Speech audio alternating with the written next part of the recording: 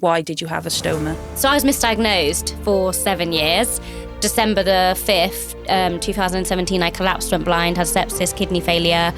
I had a stoma bag, and then I had the stoma reversed a year later. What you have gone through, it is staggering. The stoma didn't bother me, and everyone always asked me this, and the stomas never was the problem, it was the scar. I love my scar, I would not want to not have her. She is a part of me, she is amazing, and if you was to say, so I could take your scar away, I'd be like, absolutely not. So I will big up my scar till the day I die now. Welcome back to another episode of Beyond the Pouch. If you've missed any previous episodes, be sure to check us out on Spotify and your podcast providers. Don't forget to subscribe because you will never miss an update. Today we've got the beautiful Natalie, who you will all know. If you don't know Natalie, you've been living under a rock. You'll be sharing your story today about your stoma experience and life after reversal. And it hasn't been long since we've seen you because we saw you at the event with Pelican where you did your workshop on body confidence. Yes. So, yeah, welcome. Thanks for having me. I feel like we've got royalty, like we need to bow. No, I'm not Beyonce, come on. Or Taylor Swift, as some might say. Oh, no. How have you been? No, I'm good, thank you. Yeah, I've been doing well. Obviously, when I last saw you, I was in a flare-up, wasn't I? Yes. So, I had the nappies out. Oh, yes. But no, I'm all good at the moment, like, touch wood. You just, yeah.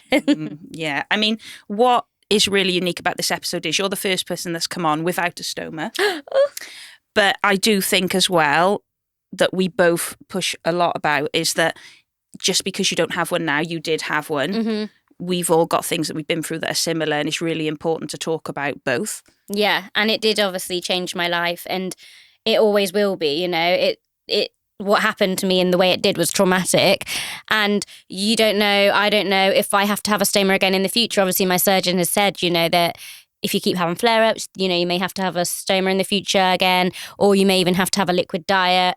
And so I have been told all these things, you know, so I don't know what the future holds. So who knows? And the big discussion a lot of the time is about, you know, whether to choose to have a reversal or not. Yeah. You've been through that. So I think it's really good that we've got you here today so you can share your experience with everyone else. But firstly, why did you have a stoma?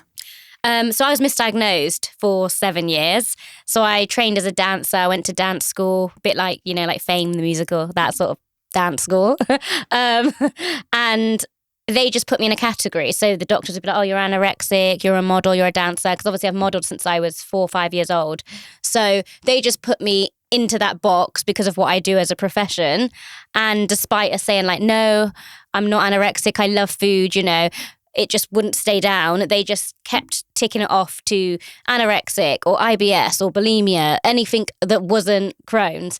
And obviously I have a cousin with Crohn's disease. So I said like, it's in the family, just give me a test because my symptoms were like how she was before she got diagnosed. And they were like, no, it's IBS, it's this, that, FODMAP, this. And then December the 5th, 2017, I collapsed, went blind, had sepsis, kidney failure, was rushed to hospital. I love how she says that, like, yeah, went blind, sepsis, whatever. Oh my God. I've got it in my head now. 2 emergency surgeries. I had 35 centimetres of my bowel taken out, and then I had a stoma bag, and then I had the stoma reversed a year later. And I went down to like 6 kg. I'm not very good with this. 6 stone. You know, I went really down, like size 4s were falling off. That's how bad it was. And you share the images of that frequently on your socials just to show people what you have gone through. It is staggering. It is, I mean, you just said that so casually, but let's not underestimate what you have been through. I mean, the thing is, though, it is disturbing. Yeah. Just how many young women, young girls, especially, you know, towards the end of our teenage years, how often we are misdiagnosed and it's always put down to an eating disorder instead of actually investigating the issue behind it. And I think as well, especially because of the background I was in dance school, like they would say to the students there, my teachers would be like, oh, you need to look like Natalie. Like, that's how you need to look. And obviously, bearing in mind, we didn't know what was wrong with me. So technically, they were telling them to look like me, but I was dying. You know, I died on the table. I'm here today, thank goodness. But, you know. And it was because you had Crohn's? Yeah. That, like you said, was misdiagnosed and you had a stoma for just over a year? Yeah, so I had it reversed the 21st of December 2018. And did you know what a stoma was? How were you prepared, if at all, for that? So it wasn't that I didn't really know what a stoma was, but I knew like a little bit. So my granddad had a really rare stomach cancer, and he passed away of it. But he had this like bag, which I didn't know what it was. I just knew he had something on his stomach, and he'd go into the toilet and do what he needed to do. He's a typical Caribbean Bajan man. He does not talk about his feelings. He doesn't talk about anything like that. So we never knew anything about it. I just knew he had something where it helped him go to the toilet. And now, like, obviously he's passed. My nan said she would help him sometimes change the stoma bag and things like that. When he first had it, though, until he could get the hang of it. Kind of like when I first had mine, and you're still trying to like get the hang of things. So yeah, I didn't really know much about it. But then obviously when it happened to me, I was really sad. Like, oh, I wish Granddad was here, because maybe we could have like spoke about it so that I maybe knew more. That makes me really emotional, actually. That's really, oh my gosh, that family connection. Yeah, I was the favourite grandchild because I am the firstborn granddaughter on my dad's side, so obviously I was the fave. Well, you are a queen then. Clearly, in all walks of life, Instagram, family, everywhere. I mean, how did you find life living with a stoma for that year period? That year was really hard for me, but I think that it would have been different if certain things didn't happen. So, for example, I had a boyfriend at the time. So when I collapsed and went blind and the paramedics came, he was there and he had to talk to me whilst, like, I couldn't see, but he had to talk to me whilst I think they were putting like is it ECG, whatever those little things are on you. And so he saw all of that happen.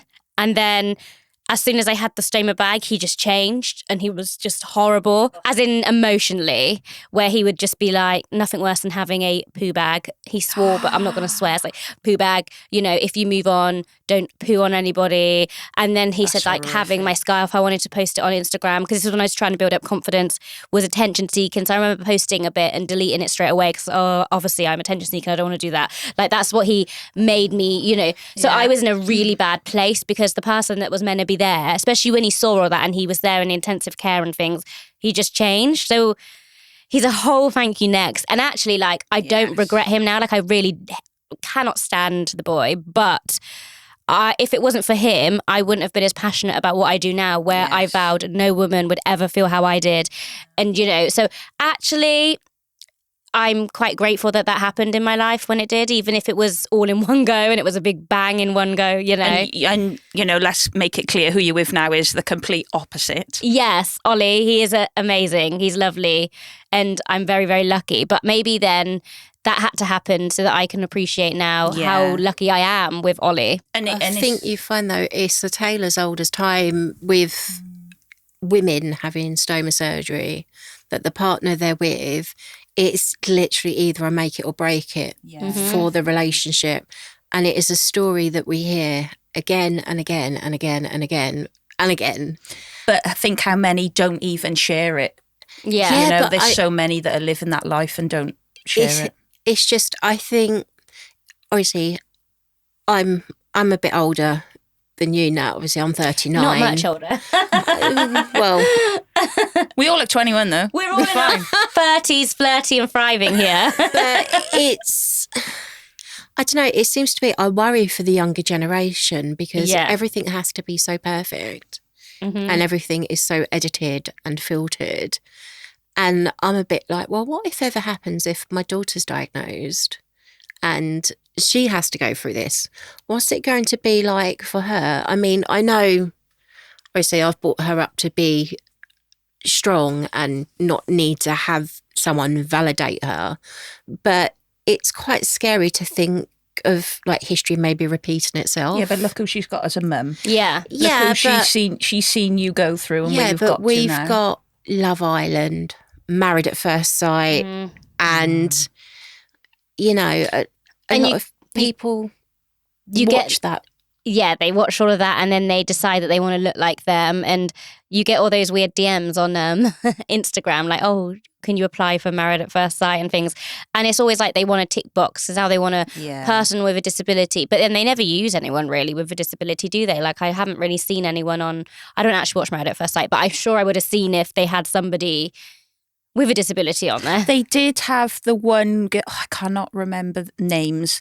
There was a girl with like her arm didn't grow past where her elbow would have been. Or like a limb difference. Yeah. That was the season, wasn't it? That? I know exactly what episode you mean, because it had the other girl on there, Gemma, and they did her really dirty with the editing. Is in which one? English, the British version. Oh, there's other versions? Oh my God. Oh, right. Oh my God, yeah. New Zealand is the best. No, there's Australia. There's America. There's... off topic. Honestly. But I'm anyway, honestly that's... Housewives of Beverly Hills till the day I die. No, so... but this is like way better. This is way better. But anyway...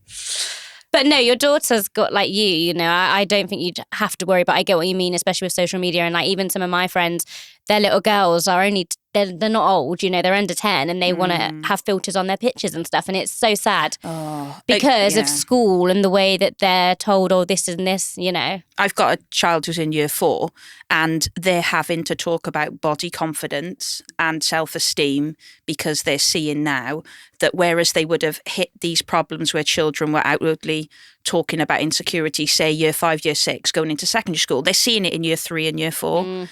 Like it blows my mind, boys and girls. Yeah, it's heartbreaking, but that's why people like yourselves with the content you're doing. I mean, you are famous for showing your scars proudly. I filmed you a couple of months ago when you were dancing in front of that doorway with a couple of in the other middle girls. of the street. Yes, there were some looks for a very good reason because you were looking. But yeah, that is what you are known for, giving that positivity and giving that confidence and giving a big yes, this is me. And what I think is fab as well is that you don't see people show scars after stoma surgery with a reversal, and you show yours. And I know, unless you've had it done or you know someone, unless you'd see people like yourself, how would you know what to expect? Exactly, because I know that reversals aren't obviously as known as when you have a stoma, because so many people go to me, oh, you've had it reversed. Like, I didn't know you could have them reversed. So, you know, there's still stuff that people don't know. But I think as well,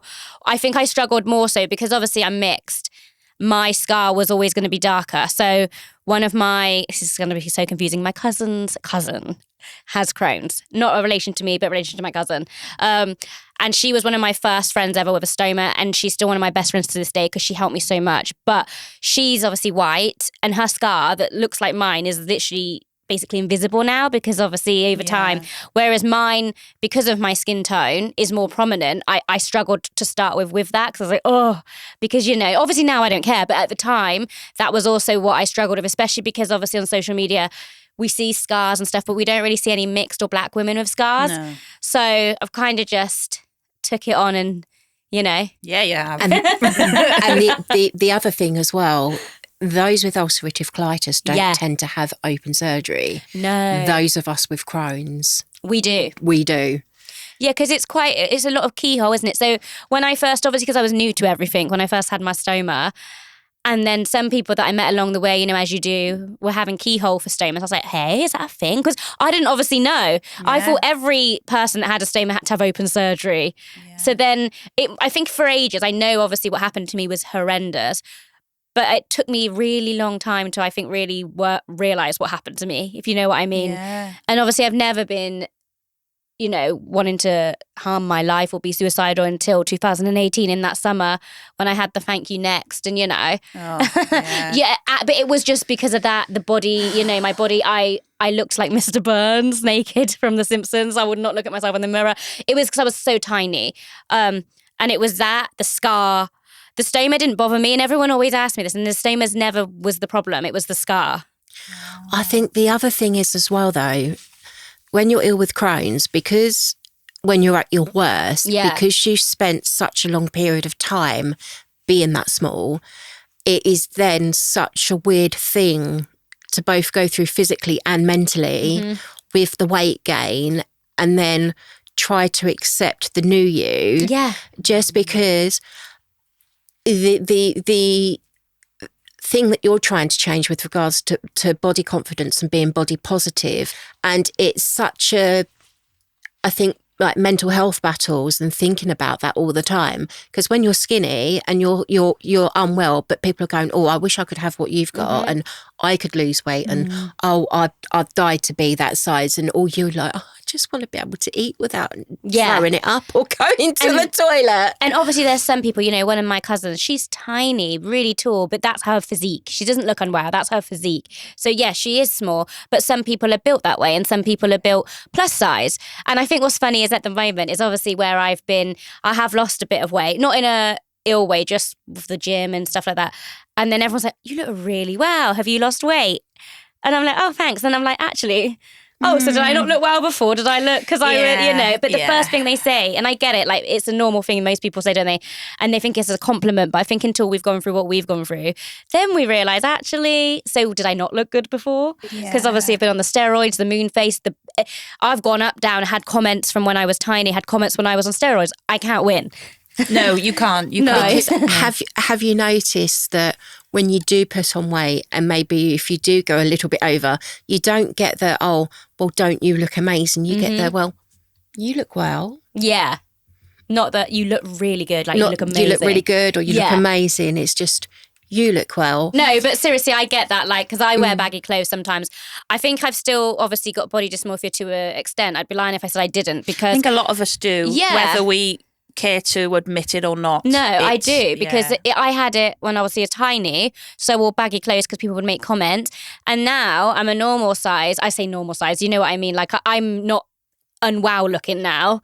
So you're healthy. Yeah, you're that's healthy. I'm healthy, and I still wear baggy clothes because I bloat constantly, and then I'm worried people are going to say something, like the comments I always get when I bloat, always, oh, you're pregnant, or you, and it just, and in the end, there's only so much you can take. It is constantly in your head and then you start to believe it, don't you? And then you're like, so I don't win. I'm wearing baggy clothes then and baggy clothes now. So I mean, do you find that you're kind of thrown off with regards to where your waist is meant to be and where it should be because of the lack of belly button? Because the belly button. I know for me that still throws me. When you say lack of belly button, what do you mean? Sorry. So yours, so silly. Right, let's all get them out. Come on, ladies. Yours goes through your scar, doesn't it? Oh, yes, yeah. So, and obviously I don't have one. You don't have a belly button? No. Because of the reconstruction surgery. Sorry, I know this is silly. I lost mine. But I did not know. Her. No. That's why. I honestly find, like, this is going to sound so stupid, but I didn't know you could live without a belly button. Yeah. Well, it's just a bit of a gap where your umbilical cord was. It's literally. I actually thought we needed a belly button. No, it's your first. It's your first ever feeding scar. tube. It's a feeding tube, isn't it? Your umbilical cord. Well, I've learned something today. It's also your first ever scar. Yeah. Oh wow. I mean, mine. Weirdly, they did. I've open surgery a few times, and they went round it like a roundabout. So it's not gone through. It's not removed, but it's tiny. Mine is a little bit through. Yeah. But it did go missing, like, obviously when, like, I first had surgery. So I was like, I haven't got a belly button, but I did. But I just didn't think I had one because obviously where everything was like, wow, it looked like it was bleeding, but it wasn't, obviously, was it? But with the, like, fresh wound. There's some surgeries, they go through the belly button, don't they? I'm not on about stoma surgery now. I'm on about everything and anything. I've seen them where they actually go through it. And I know with the kids, so like my 2 children have both had stoma surgery, open surgery. So that the 8-year-old, they actually did his from below the belly button. So with the kids, they've got the same scar as me, but they've started below the belly button, but then it's further down. So I don't know what's worse. I don't know. Yeah. Well, I've learned something new. Thank you. That sounded so silly that I did not know you could live without a belly button. I honestly thought we had to have a belly button. I don't think so. No. But yeah, you've trained as a personal trainer. Yes. And you do show that in your content. So I know I would love to go to a personal trainer that specialised in what you do, helping people who have IBD and things like that. So what is your approach with your clients when you are doing that? I mean, when you meet them, they must come with all sorts of fears and misconceptions. And how do you tackle that? So most of my clients are online. Obviously, I have 2 in person now, sorry. But one of the girls I have is in Ohio. So she's in the USA and she's had 22 surgeries for colitis. and still waiting for Barbie butt surgery permanently. But she's doing her, like, is they say college, uni? She's like, their version of uni. So when she graduates, then she will, because obviously that's, again, a lot of time off. It's too stressful on top of everything. Yeah. So I cater to her as in, okay, there's some things obviously that I can do that she definitely can. And that's just because of her amount of surgery. Yeah. But I know, if, say, for example, I won't do Russian twist, there's certain things that pull on my belly a little bit. So I know then I ain't going to give it to her at all because... So do you feel that and you still feel things like that in your tummy? Scar cramps all the time, the time. Yeah. And so I will never do Russian twist. I hardly do any core work, but I think it's a waste of time for me. I don't have any core. He cut through that. We were speaking about that as well. You speak a lot about that, don't you? It's the same with Kristen, the girl I have in America. She hasn't obviously got a core, but we work on her obliques. So she can feel it on her obliques because it's at the side, but she can obviously feel it down the middle. So we've tailored it for her. Yeah. Whereas, one of my other ones has had no surgery. So completely like as if I was to PT, someone walking down the road, like no problems, no nothing. Obviously what we have with her is her flare-ups and then the fatigue, and sometimes she's just too drained to train, and that's fine. I get that. And it's the same thing with me. If I sometimes am unwell or they completely get it. Well, you were whacked when we saw you last time. You were rushing to get to a class and you were like, oh my God, I don't know how I'm going to do this. Yeah, and that's when I pulled my scar as well. So I wasn't really dancing. But luckily, because it was my showgirl workout, a lot of the ladies, most of them that know it now, meant I literally just could boss them around. And then, so one of my friends was there that day and I was like, oh, thank goodness, because she knows quite all of it.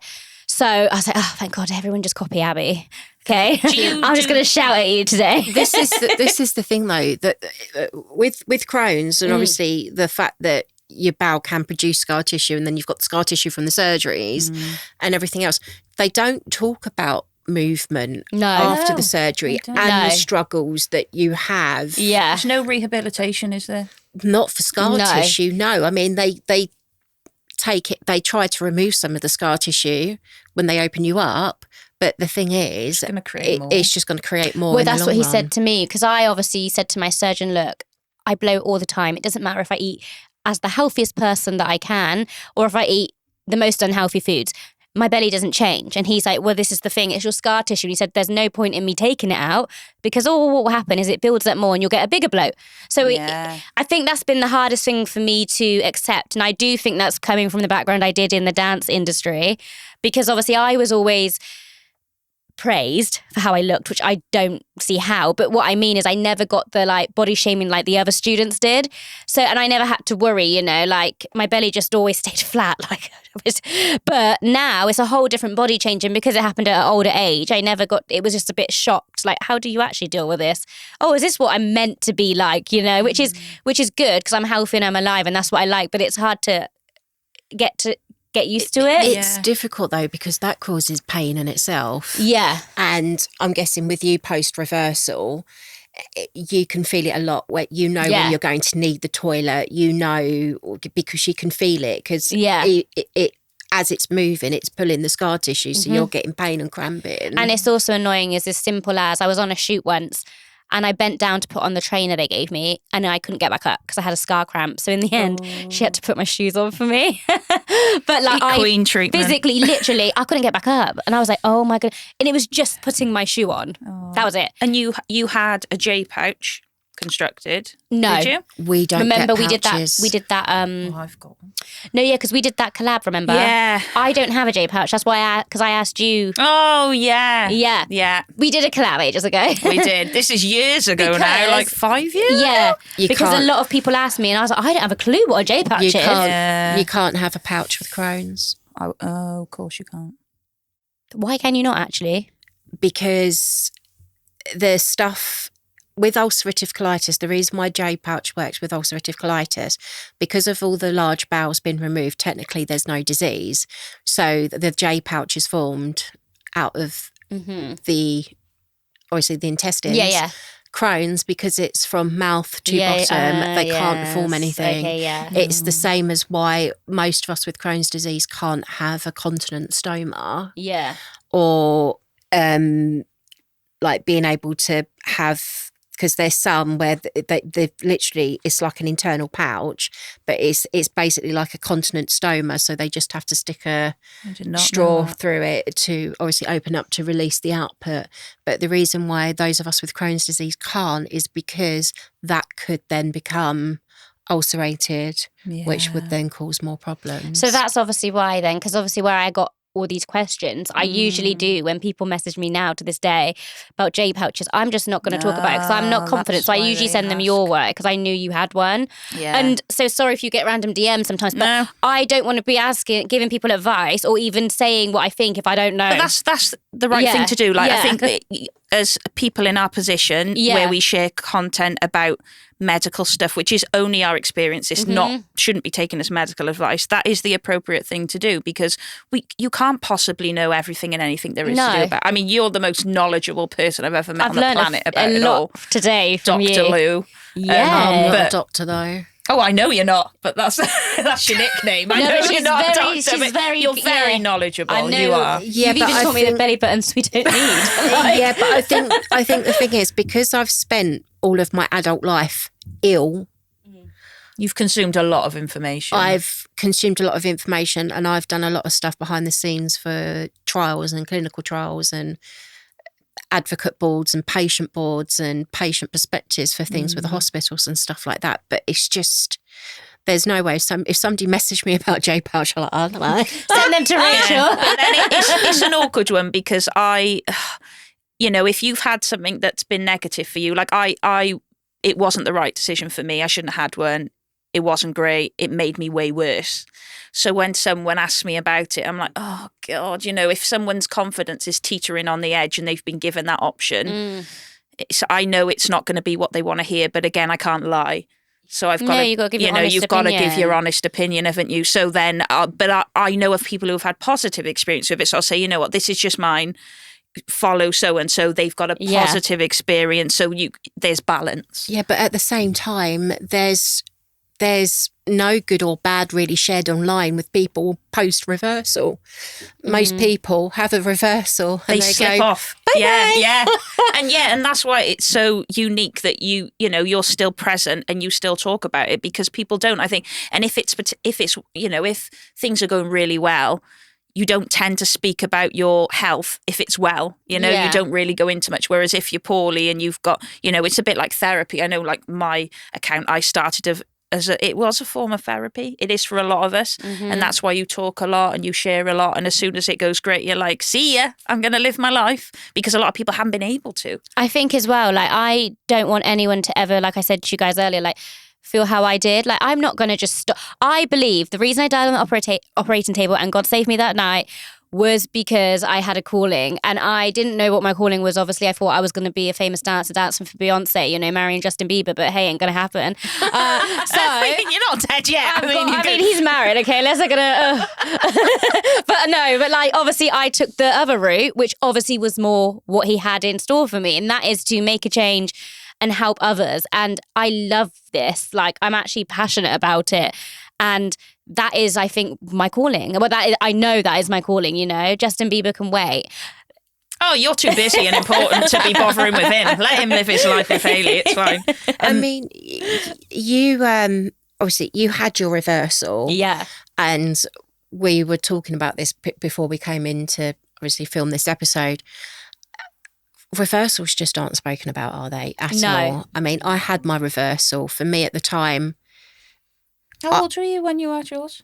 Oh, good golly. I was 24 when they formed my stoma. So I'd have been 27 when they reversed it. I was 25 when I had my stoma, so we were similar sort of age then. I was 2. Oh yeah, I can't relate. To be honest, I know this is really random before we carry this on. You did say earlier, and I have spoke to a few people about something you said on the body acceptance shoot, which was about your little boy being worried to go in the swimming pool. And that, like when I was talking to my nan and things, like, you know, not just randomly, like, I mean, like people that I know. Sorry, by the way. Yeah, no. But, you know, because that really affected me, and because it brought me back to that little boy that I'd said to you guys about that killed himself in America because he was being bullied. So my next thing is to go into schools, and I want to raise awareness on IBD, but stomas as well, mainly stomas, because of these people, like that poor little boy. And then when you said about your little boy, you know, being a bit worried, it bothers me. But because kids are mean. I'm scared of vile. kids. I was doing a TikTok the the other day in the park with my friend, and I was like, there's children over there, I don't want to do it. And she's like, Natty, you're like confident. I went, no, not with kids. They really scare me. Because I was like, if they have something to say, if I'm rubbish, they're going to tell me, and I am going to take it personally and be really upset. Because when they're savage. They are. Because when I was trying to find a school for my eldest, and he had the stoma at the time, he still got it now. He had it from a week old, and he still got it now. They'd never had a child before with a stoma, which blew my mind, because in my life, I know loads of people with them. I'm like, where are all these kids going to school? Yeah. But, you know, it's not a small school. There's about 600 pupils. They'd never had a kid with a stoma. So having to educate and talk to them and let them know, and, you know, all the meetings and all that. Oh my God, it's relentless. And still, you know, he's in year 4 now. It's, you know, every year new teachers, they don't know what one is, and you've got to start that process all over again. And things like that would be so beneficial. But also I found just get them a DBS. Yes, but sometimes they just, you know, they've got so many things they're trying to deal with. I feel like they don't see it as important, which is really sad, because it's one kid out of hundreds. But it is important, because when these kids leave school and they meet lots of other people, they're going to encounter people with it. It's extremely important. That's primary schools. I mean, we had to do a petition to get them to put bins in the year 4, 5 and 6 girls' toilets, because they did a petition. They weren't prepared for girls to start periods. Oh, that's taken the mick. That young. And there was, I did the London Fashion Week that I did. The one of the designers I worked for was deaf. And she was saying, so she had a lady that was talking for her, that it's not taught in schools. And I think she's got 2 sons that are deaf, and it's not taught in schools. It's not even a thing. But yet we learn Spanish, French, German. Yeah. They need to put that. I think that is something that should be put in again, you know? Yeah, why not? Yeah. Is that for the ASL? And my brain. ASL. Sign language. Sorry. Sign language, yeah. Well, is ASL the actual name for it? I think so. I'm like, what's that? No, sign language, yeah. But there's different, because I only learnt from that lady that there's BSL. Different. Is there ASL and BSL? There's different languages. So you know like how we speak English and there's Spanish, then Welsh.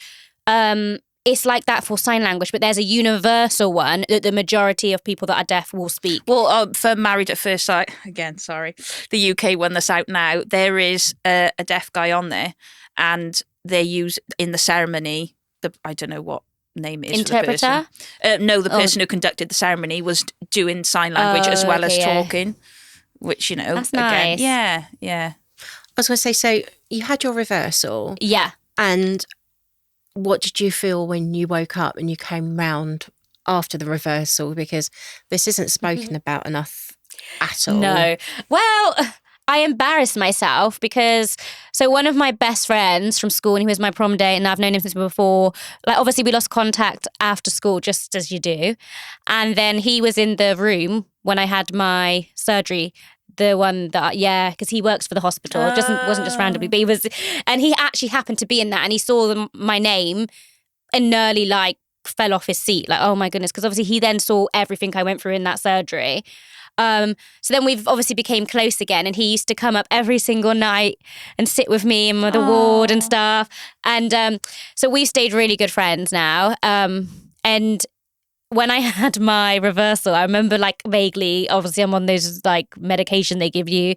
And I was like, where's Aaron? Where's Aaron? And then they got him and I was like, oh, we should get married one day. Like what? Like, because I felt like it was so good that he'd like had my back, you know. He was, not that we ever would. Oh my goodness, please, he'd be so lucky. No, joking. He's married, so, and his wife is gorgeous and I love her. And he's got a baby now who's gorgeous. But no, it's just not like that. But you know, when you're like, I say you're drunk, you're on those. Oh yeah. And then I went up to the, like, put onto Malden, which is the surgical ward, and I was like waving at everyone like, I'm back. Like, it's so embarrassing. This queen thing again. I don't know why I thought, like, they're pushing me in the bed. It's so, and my mum and my auntie obviously stayed in the hospital all day, and then they waited and they came back up and they were like, shh, and I'm just like, oh. Then I was like, look at my lips. They like look really good. I've not even had, because they were swollen. I was like, God, I don't even need lip fillers if this is all I need. Like, it's so embarrassing. Like, because I don't know what I say. This is why I don't like my colonoscopies, because I have my surgeon and I say some crazy things to him.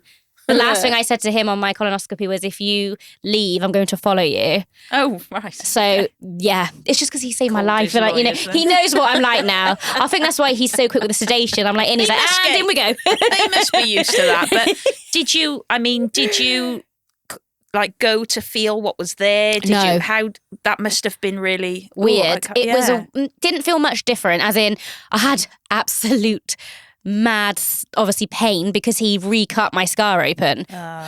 Just before, they said, obviously, we don't know until we do it if you're going to have a bit of it cut or all of it.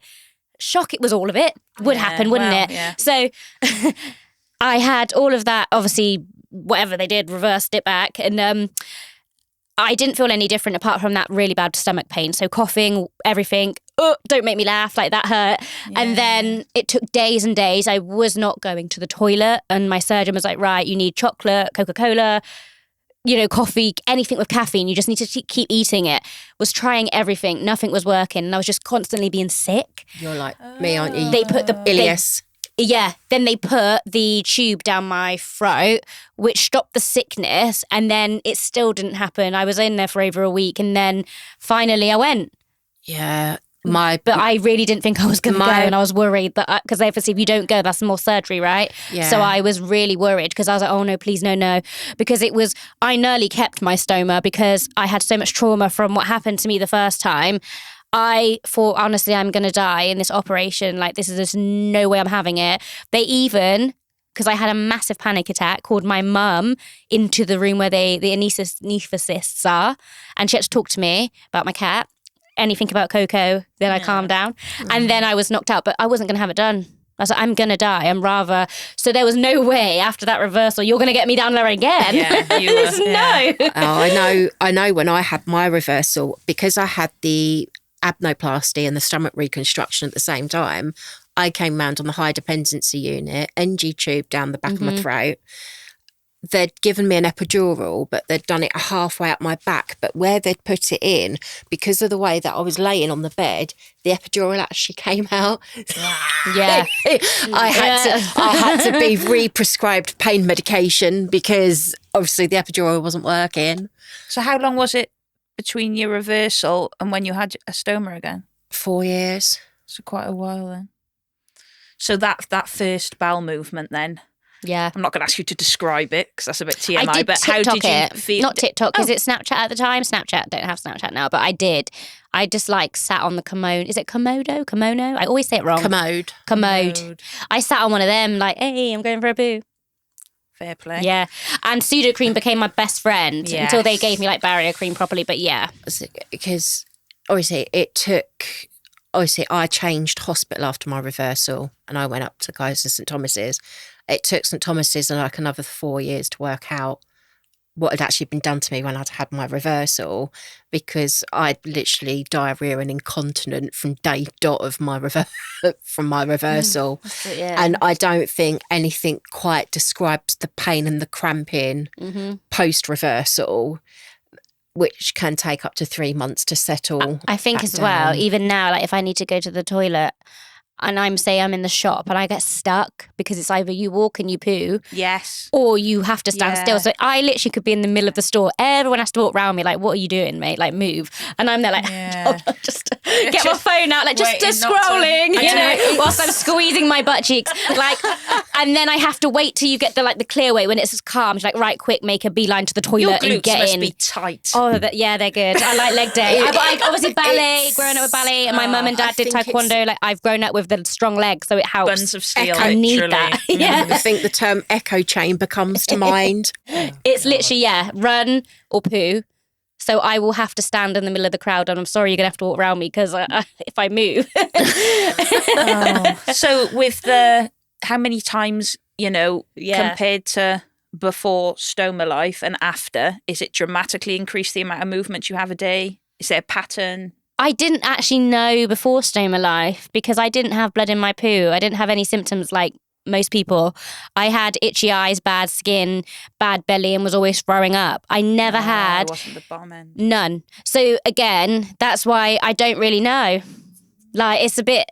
Obviously, I get it now. Like I'm obviously always going to the toilet a lot, and sometimes I poo myself. Obviously, there's not one week I will poo myself at least once a week.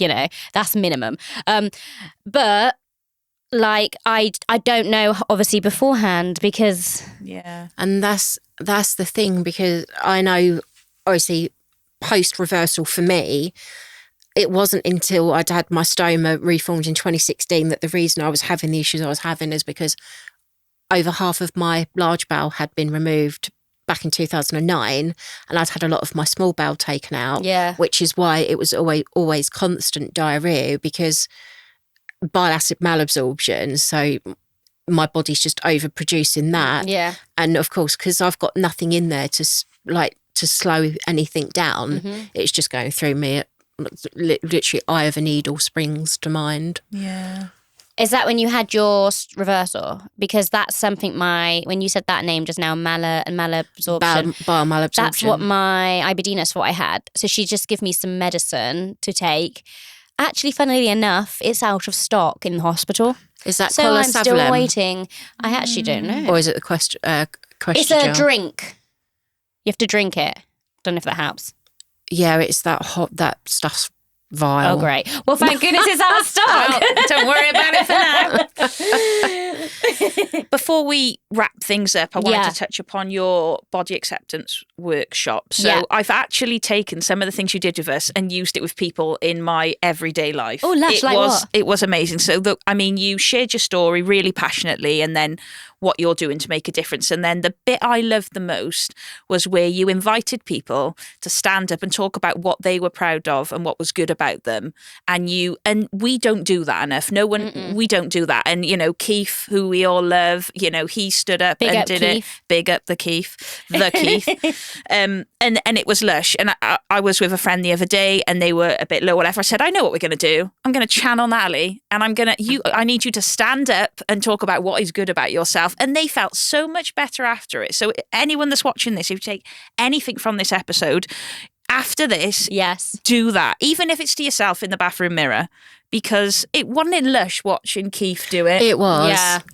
And add a little head roll or a little hair flick, because then you're really channeling me. Well, Keith's just sass, so he's just so glad he doesn't even have long hair, and he was doing that anyway. He puts me to shame. He's sass central. No, what inspired you to make that part of it? Because that was hands down one of the best things I've seen for body acceptance. I think it was just adding into everything that I went through on my self-acceptance journey. Again, going back to the thank you next, it was a massive part of what sculpted me to who I am today.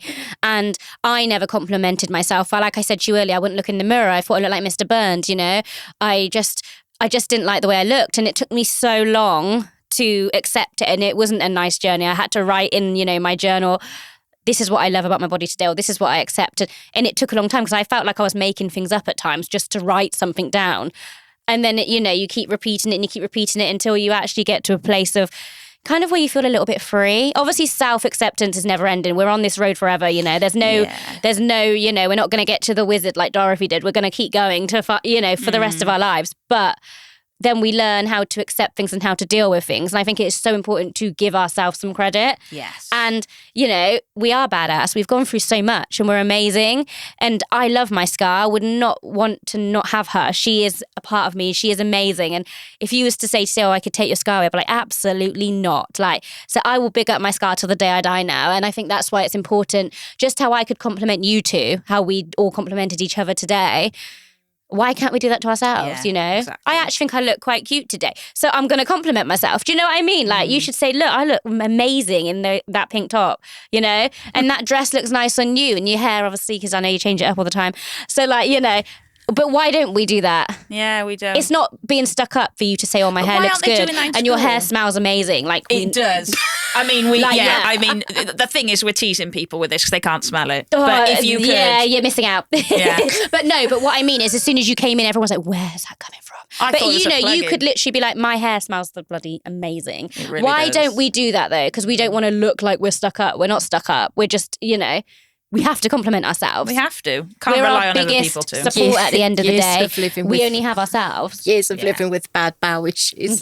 Always make sure I smell nice. I know. My mum bought me some poo spray. Like every time I always forget it. She's like, is that where's your poo spray? I'm like, forgot it. VIP poo or whatever. Yeah. Yeah. So as well as being a queen in every walk of life, you're also an award winner. So please share with the people what awards you have. So I won the Alex Domain Lifetime Awareness Award from Crohn's and Colitis UK. And then I also won the MTM Black and Asian Empowering Woman Award. So yeah, that was this fun times. I've got them on the mantelpiece at home. Oh, they're not in your toilet. No, but they do need dust. I just hate cleaning. Like I have to clean them, like dust them. Because they're both made of glass. So I mean, those must have been great moments for you. Yes. And I'm sure they're not going to be the last awards that you have won. They were massive. Like the Crohn's one, I did not expect that, like at all. You know, I hosted a fashion show just after my reversal. So I still had the bandages, like the covers on, the dressings, when I did that. And then the picture that people see the most is obviously there's 3 of us. So it's my cousin who's had no surgery, has Crohn's. Then Jasmine, the one I said was my first friend of my cousin's cousin. Not that cousin, another cousin.